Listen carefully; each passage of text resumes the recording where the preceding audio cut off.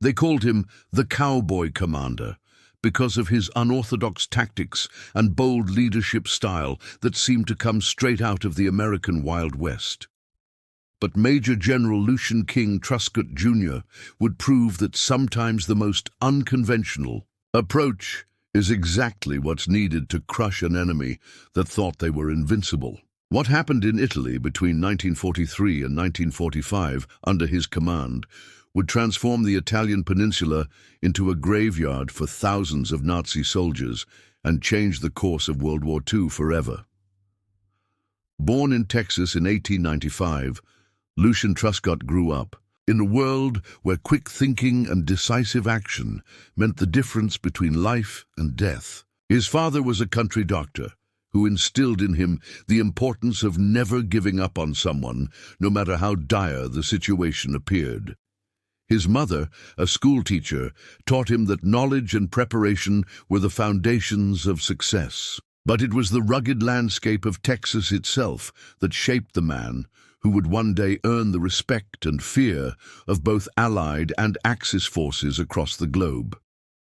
Truscott's entry into military service came during World War I, but unlike many of his contemporaries who saw action in the trenches of France, he spent those years training cavalry units in the United States. This experience would prove invaluable decades later, as he developed an almost supernatural ability to understand how men and machines moved across difficult terrain.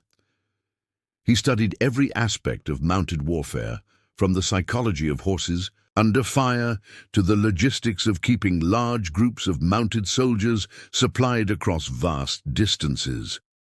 These lessons in mobility, speed, and surprise would become the cornerstone of his revolutionary approach to modern warfare.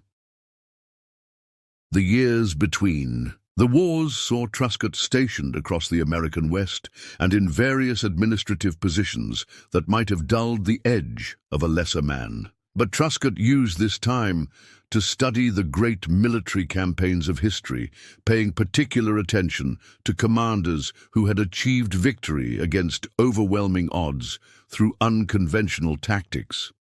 He read everything he could find about Napoleon's lightning campaigns, Stonewall Jackson's Valley campaign, and the cavalry raids of Confederate General Nathan Bedford Forrest. More importantly, he began developing his own theories about how modern mechanized warfare could incorporate the principles of mobility and surprise that had made cavalry so effective in earlier eras.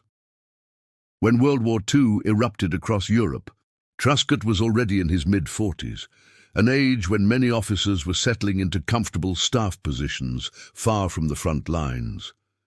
But Truscott had no interest in comfort. He volunteered for every dangerous assignment, every experimental program, every opportunity to test his theories about modern warfare against real enemies in real combat conditions.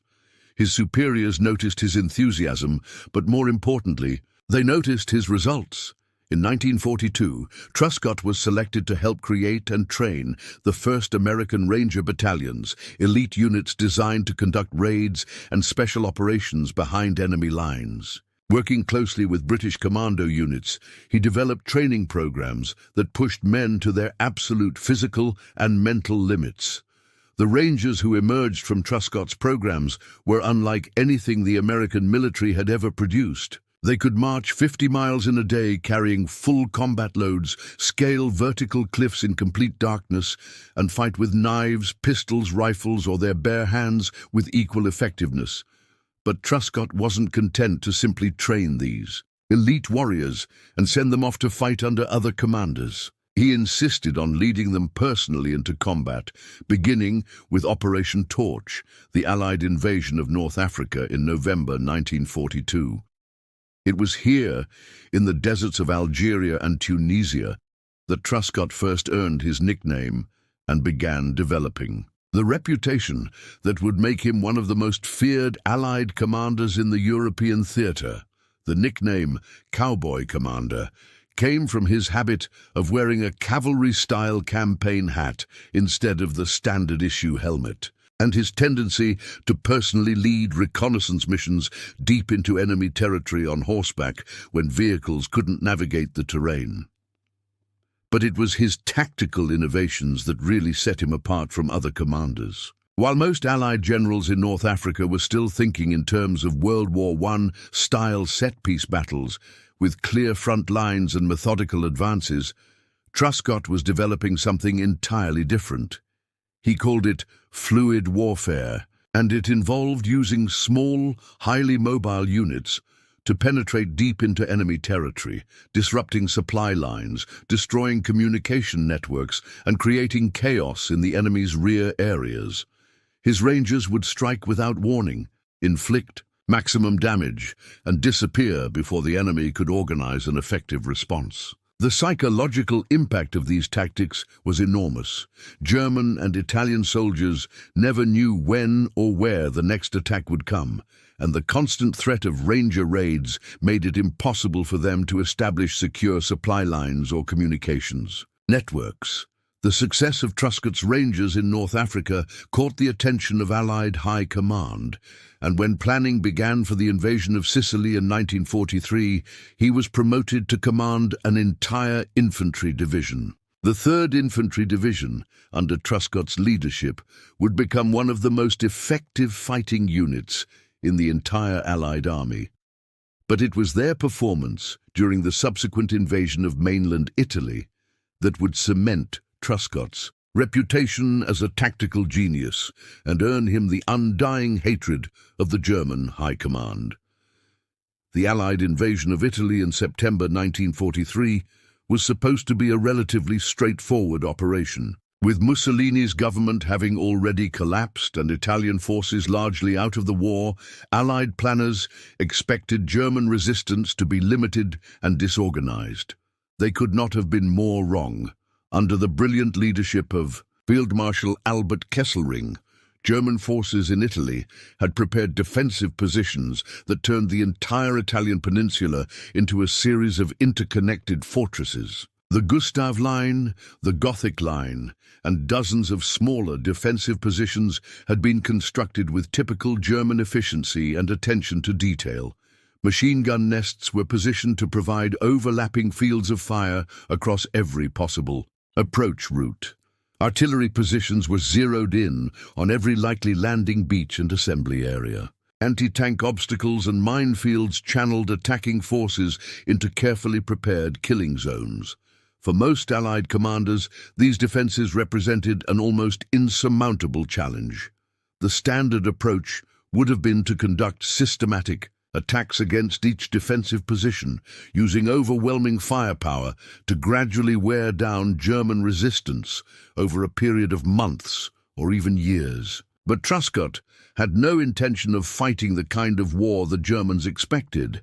Instead, he began implementing the lessons he had learned from his years studying cavalry warfare and his experience with Ranger tactics in North Africa. The first indication that something was different about the 3rd Infantry Division's approach came during the landings at Salerno in September 1943, while other Allied units were struggling to establish secure beachheads in the face of fierce German resistance.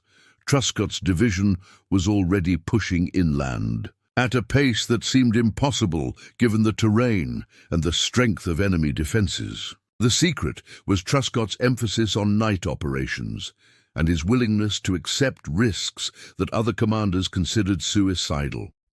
Rather than attacking German strongpoints head-on during daylight hours when enemy artillery and machine guns could exact a terrible toll, Truscott's forces moved primarily at night, using stealth and surprise to infiltrate German positions and attack from unexpected directions.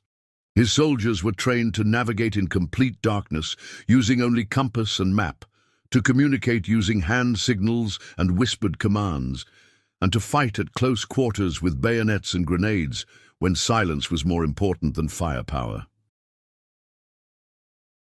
The psychological impact of these night attacks was devastating for German defenders. Soldiers who had spent the day confidently manning their defensive positions would find themselves under attack from multiple directions simultaneously, with Allied forces appearing as if from nowhere to assault their flanks and rear areas.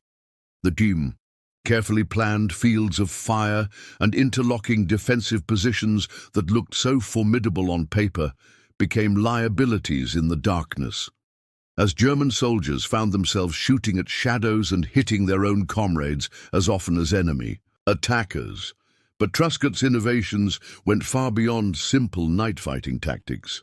He completely revolutionized the way his division approached logistics and supply, recognizing that traditional supply lines made his forces vulnerable to German counterattacks and limited his ability to exploit tactical successes. Instead of relying on conventional truck convoys and supply dumps, Truscott's forces carried everything they needed for extended operations, and when they did require resupply, it came from unexpected directions and at unexpected times.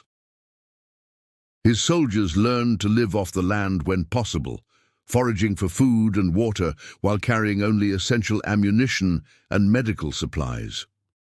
When resupply was necessary, it often came via small boats operating along the Italian coast at night or through airdrops conducted by specially trained pilots who could navigate to remote drop zones using only starlight and terrain features. This approach gave Truscott's division a level of operational independence that was virtually unprecedented in modern warfare, allowing them to operate deep in enemy territory for weeks at a time without any secure connection to main Allied forces.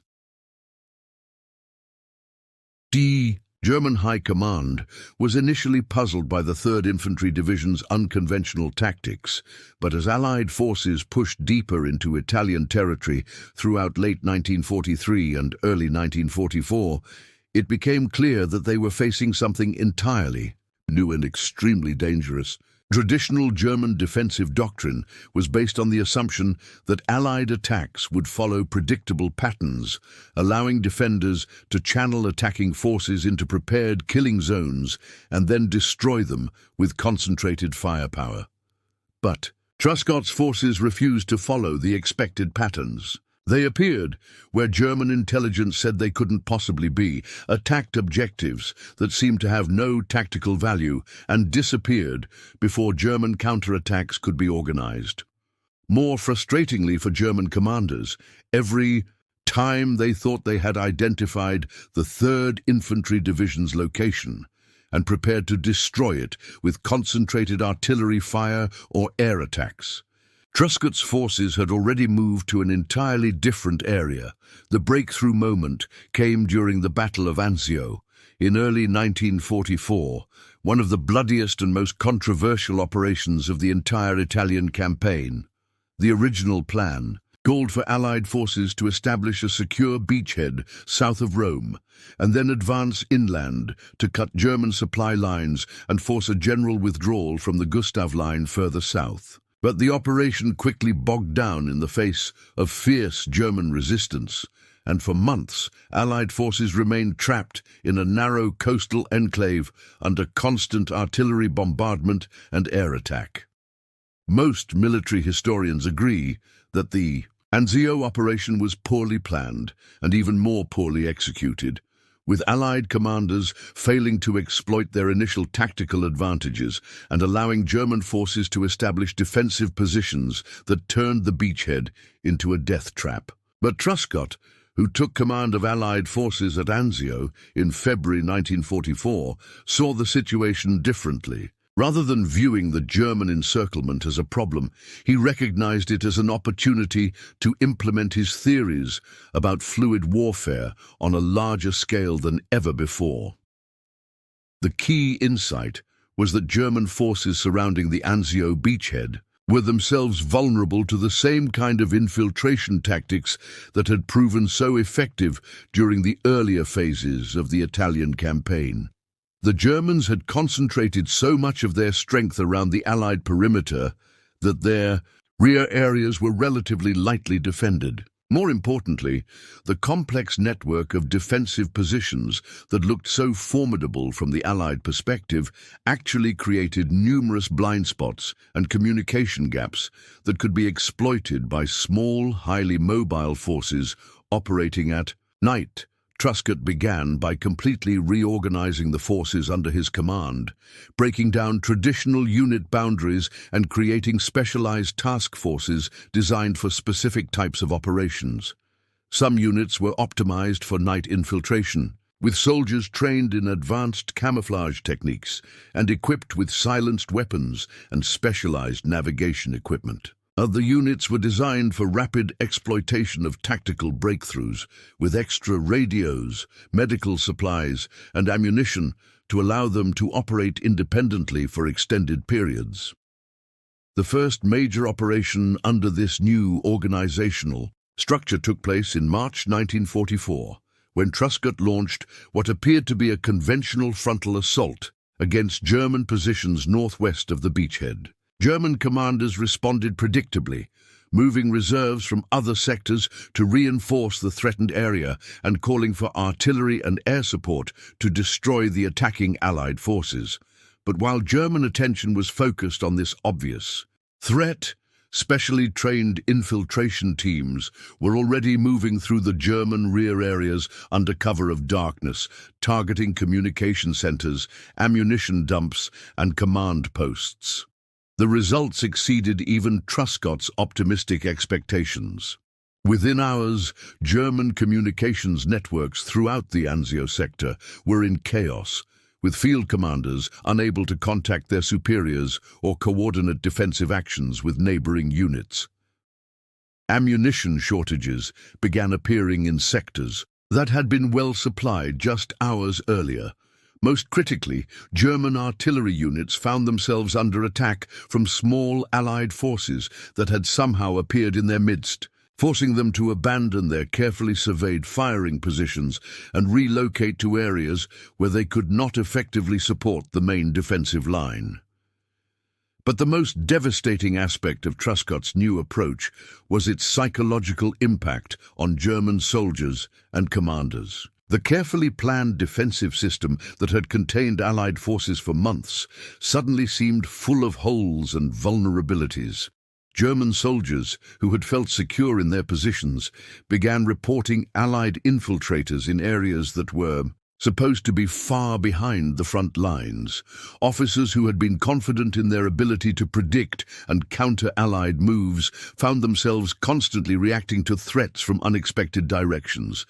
The German response was predictable, but ultimately counterproductive. Field Marshal Kesselring ordered his subordinates to tighten security throughout the Anzio sector, establishing checkpoints, increasing patrols, and implementing more stringent communication procedures. But these measures only made the German defensive system more rigid and less responsive to changing tactical situations. More importantly, the resources devoted to rear area security reduced the number of troops available for frontline defensive positions. Truscott recognized this development as exactly the opening he had been waiting for. Throughout April and May 1944, he gradually escalated the pressure on German positions around the Anzio beachhead, using a careful combination of conventional attacks and unconventional infiltration operations to keep German commanders off balance and prevent them from developing effective countermeasures. Each operation was designed to achieve multiple objectives simultaneously, not just the obvious tactical goals, but also the broader strategic objective of forcing German forces to spread their resources across an ever wider area.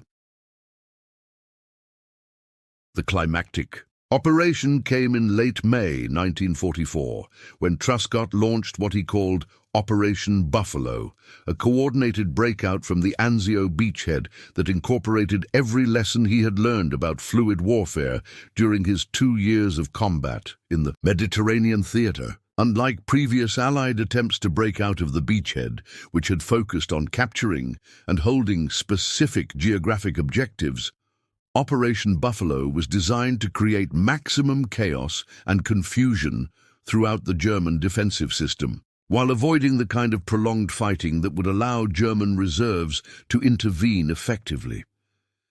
The operation began before dawn on May 23, 1944, with simultaneous attacks at more than a dozen points around the Allied perimeter. But these attacks were unlike anything German defenders had previously encountered.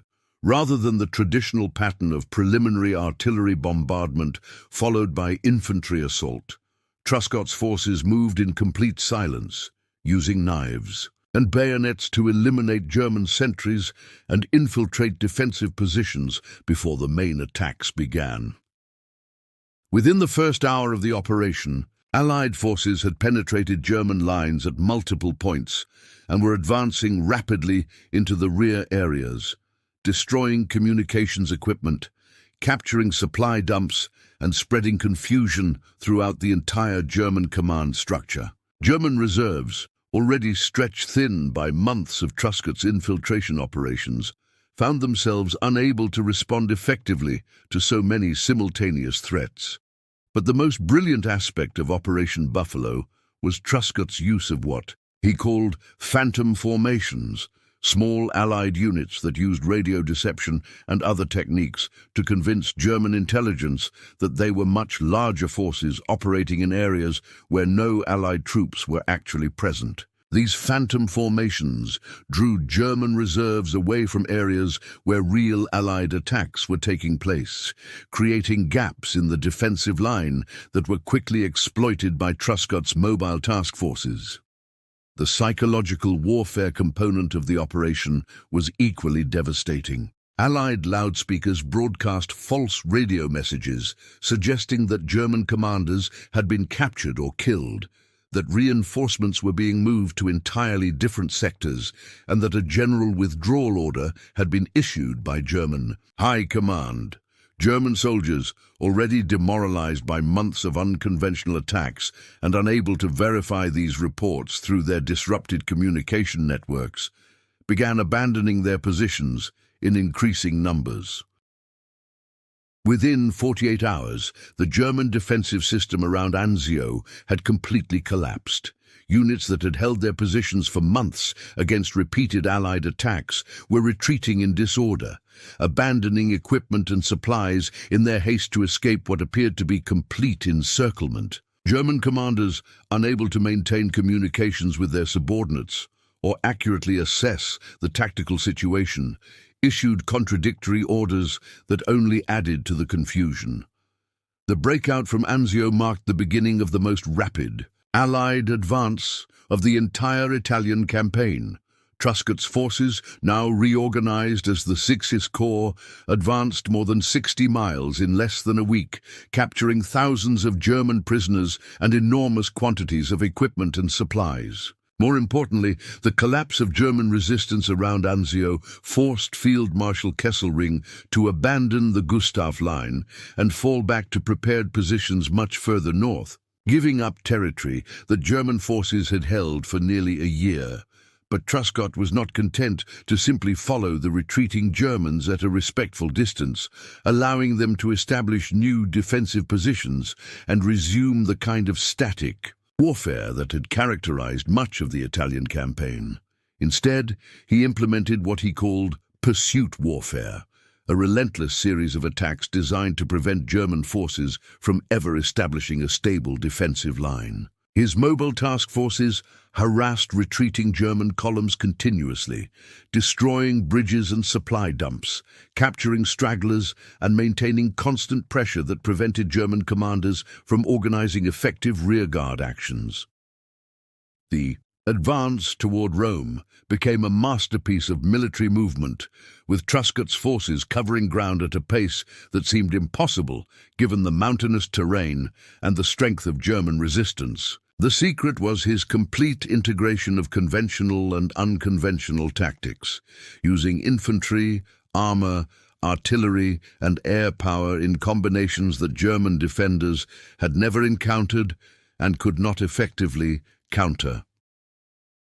German attempts to establish defensive positions along successive ridgelines were systematically frustrated by Allied infiltration teams that appeared behind German lines before the main defenses were even complete. German supply convoys found themselves under attack from forces that seemed to materialize from the Italian countryside and then disappear before reinforcements could arrive.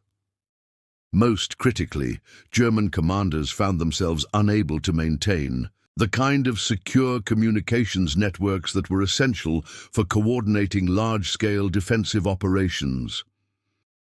The liberation of Rome on June 4, 1944, represented the culmination of Truscott's revolutionary approach to warfare, but it was only the beginning of what would become the most devastating period of the entire Italian campaign for German forces. With Rome in Allied hands and German forces retreating toward the Gothic Line in northern Italy, Truscott was given command of the entire Fifth Army and tasked with maintaining pressure on German forces throughout the summer and fall of 1944. The sea campaign that followed would transform the Italian peninsula into what German survivors would later describe as a graveyard for the Wehrmacht. Truscott's expanded command gave him the resources to implement his tactical innovations on an unprecedented scale, with entire divisions trained in the infiltration and pursuit warfare techniques that had proven so effective during the advance. On Rome, the German High Command recognized the threat represented by Truscott's unconventional approach and made repeated attempts to counter his tactics through changes in their own defensive doctrine. New communications procedures were implemented to reduce the vulnerability to Allied infiltration teams. Defensive positions were redesigned to minimize blind spots and improve mutual support between neighboring units. Reserve formations were positioned to respond more quickly to Allied breakthrough attempts, but every German adaptation was met by corresponding innovations in Allied tactics. When German forces began using more sophisticated communication encryption to prevent Allied interception of radio messages, Truscott's intelligence specialists developed new techniques for traffic analysis that could determine German unit locations and intentions without breaking the actual codes. When German defensive positions were redesigned to counter night infiltration, Allied forces began using daylight raids conducted by small units disguised as German soldiers or Italian civilians. The psychological warfare component of Truscott's operations became increasingly sophisticated as the campaign progressed. Allied intelligence teams, working closely with Italian resistance groups, developed detailed profiles of German unit morale and began targeting their propaganda efforts to exploit specific fears and anxieties. German soldiers began receiving leaflets that contained accurate information about their own unit's casualties and movements, information that should have been impossible for the Allies to obtain. The implication was clear. Allied intelligence networks had penetrated German security so thoroughly that no German soldier or position was truly safe. The impact of these operations on German morale was devastating and cumulative. Units that had fought effectively for years in other theaters began showing signs of combat fatigue and breakdown after only weeks of exposure to Truscott's tactics. Desertion rates, virtually unknown in the German army during the early years of the war, began climbing steadily throughout the summer of 1944. Most significantly, German unit commanders began reporting that their soldiers were increasingly reluctant to occupy forward positions or conduct aggressive patrols, preferring to remain in areas where they felt relatively secure from Allied infiltration attacks. The climax of Truscott's Italian campaign came during the autumn offensive of 1944, when Allied forces attempted to break through the Gothic Line and advance into the Po River Valley before winter weather made further offensive operations impossible. The Gothic line represented the strongest defensive position the Germans had constructed anywhere in Italy, with multiple belts of fortifications, extensive minefields, and carefully coordinated artillery coverage. German engineers had spent months preparing these positions, and Field Marshal Kesselring was confident that they could hold against any Allied attack until spring weather allowed for a planned German counteroffensive. But Truscott had no intention of conducting the kind of frontal assault that German planners expected. Instead, he spent the late summer of 1944 conducting what appeared to be routine reconnaissance operations throughout the Gothic Line sector, carefully mapping German defensive positions and identifying potential vulnerabilities. These reconnaissance missions were conducted by small teams of specially trained soldiers who could move through German-controlled territory for days at a time without being detected, gathering intelligence about everything from the location of individual machine gun nests to the personal habits of German commanders.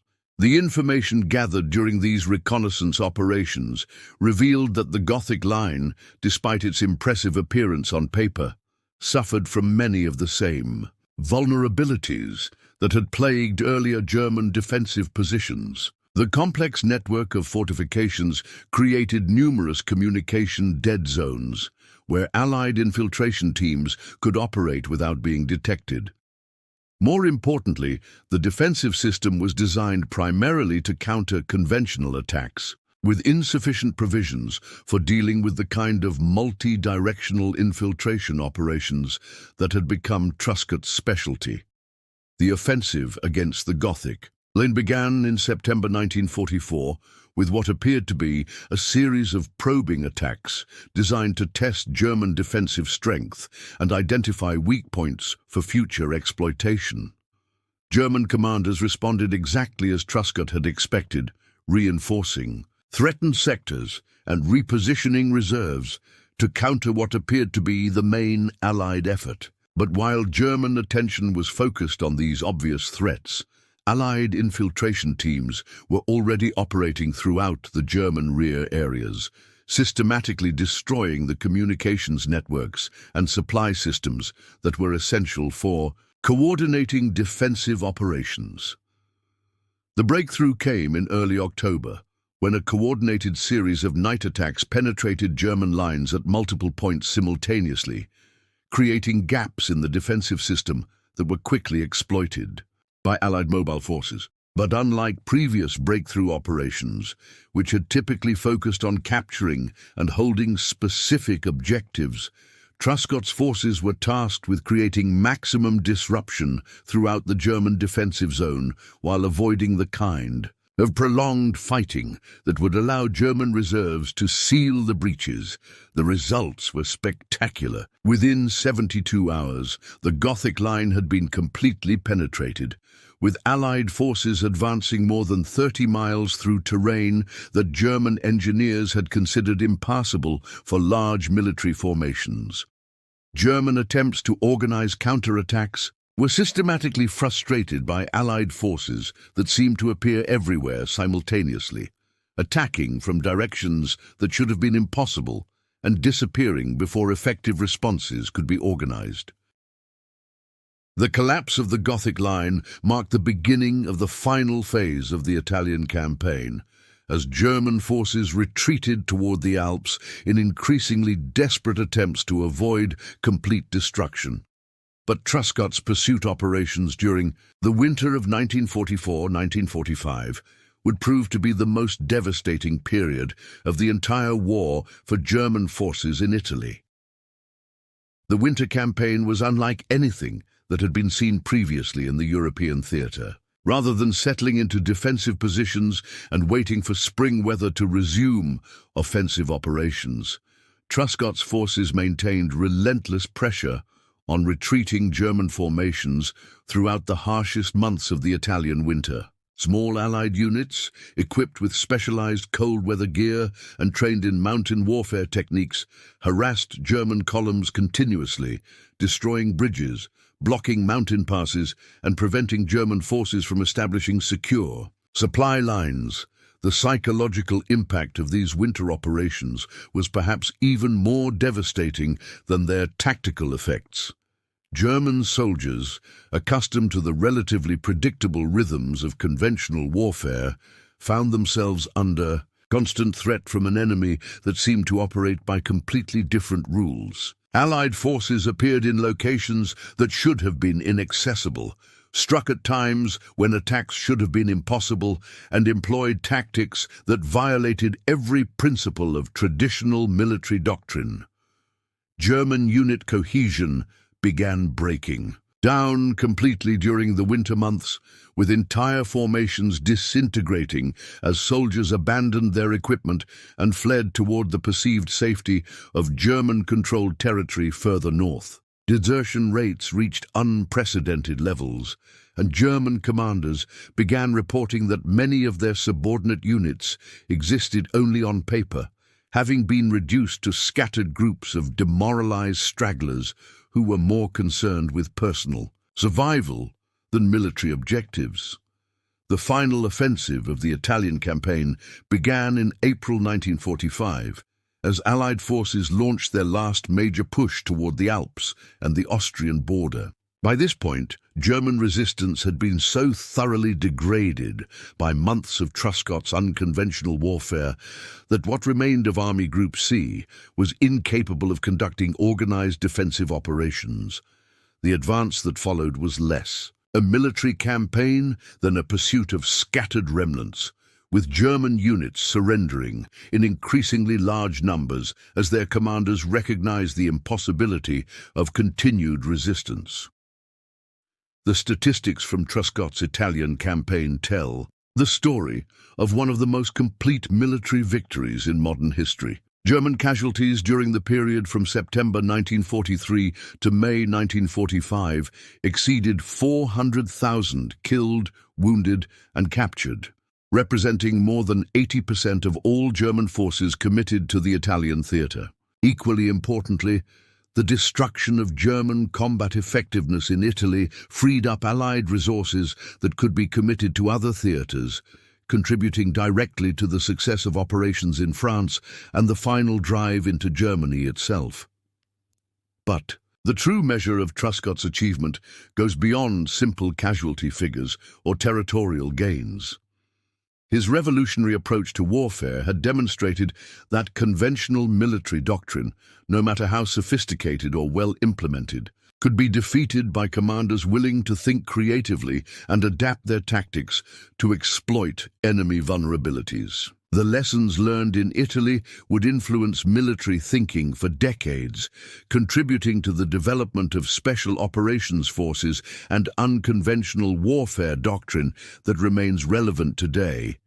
Field Marshal Kesselring, writing after the war, described his experience fighting against Truscott's forces as unlike anything he had encountered during his entire military career. German tactical doctrine, developed over decades of professional military education and refined through years of successful combat operations, had proven inadequate against an enemy that refused to fight according to established rules.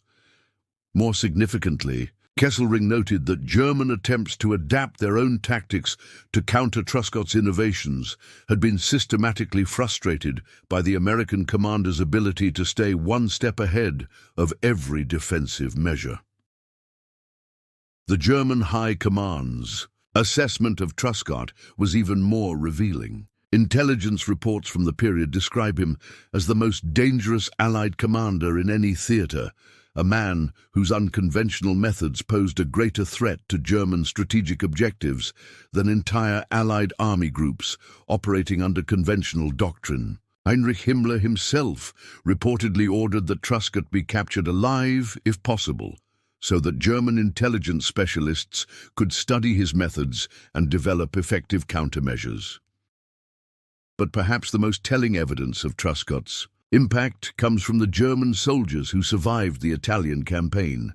Interviews conducted decades after the war reveal a consistent pattern of responses: deep respect for Truscott's tactical innovations combined with profound relief that They had survived encounters with forces that seemed to operate by supernatural rules. Many described the experience of fighting against Truscott's formations as more psychologically devastating than anything they had encountered on the Eastern Front, where the brutality was extreme, but the tactical patterns were at least comprehensible.